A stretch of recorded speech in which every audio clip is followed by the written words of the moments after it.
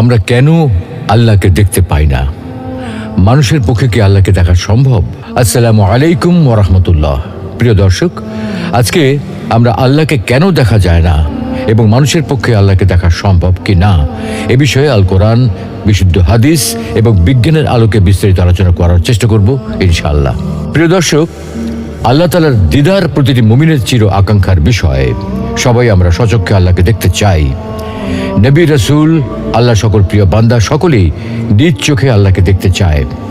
যে আল্লাহর জন্য এত সেজদা, এত আনুগত্য, এত ভালোবাসা, সেই আল্লাহকে না দেখতে চায় কে? তাই মুসা আলাইহিস সালাম নিজ চোখে আল্লাহকে একটি বার দেখার আকুতি জানিয়েছিলেন। কিন্তু মুসা আলাইহিস সালামের মতো জলিলুল কদর রাসূলের পক্ষে আল্লাহকে দেখা সম্ভব হয়নি। আমাদের প্রিয় নবী মুহাম্মদ সাল্লাল্লাহু আলাইহি ওয়াসাল্লামের অন্তরেও আল্লাহকে দেখার ভীষণ আকুতি ছিল, কিন্তু সাইয়্যিদুল আম্বিয়ার পক্ষেও আল্লাহকে দেখা সম্ভব হয়নি। বস্তুত দুনিয়াতে কারো পক্ষেই আল্লাহকে দেখা সম্ভব নয়। আল্লাহকে দেখা সম্ভব না হওয়ার কারণটা কি?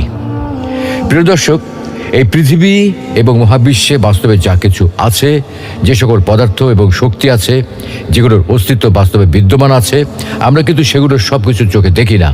অথচ সেগুলো বাস্তব সত্য এবং সেগুলোর উপস্থিতির কারণে আমাদের শরীর ও জীবন নানাভাবে প্রভাবিত হয়। কিন্তু তারপরেও আমরা সেগুলো দেখতে পাই না, কারণ রিয়েলিটি বা বাস্তব জগৎ শুধুমাত্র আমাদের পঞ্চ ইন্দ্রিয়ের মধ্যে সীমাবদ্ধ নয়। বাস্তবে এমন অনেক কিছু আছে যেগুলোর অস্তিত্ব আমরা আমাদের পঞ্চ ইন্দ্রিয়ের মাধ্যমে বুঝতে পারি না। একবার কয়েকজন লোক বলল, হে আল্লাহর রাসূল, কিয়ামতের দিন আমরা কি আমাদের প্রতিপালককে দেখতে পাবো? উত্তরে তিনি বললেন, সূর্যের নিচে যখন কোনো মেঘ থাকে না, তখন তা দেখতে কি তোমাদের কোনো অসুবিধা হয়? তারা বলল, না হে আল্লাহর রাসূল। তিনি বললেন, পূর্ণিমার চাঁদ যদি মেঘের আড়ালে না থাকে, তবে তা দেখতে কি তোমাদের কোনো অসুবিধা হয়? তারা বলল, না হে আল্লাহর রাসূল।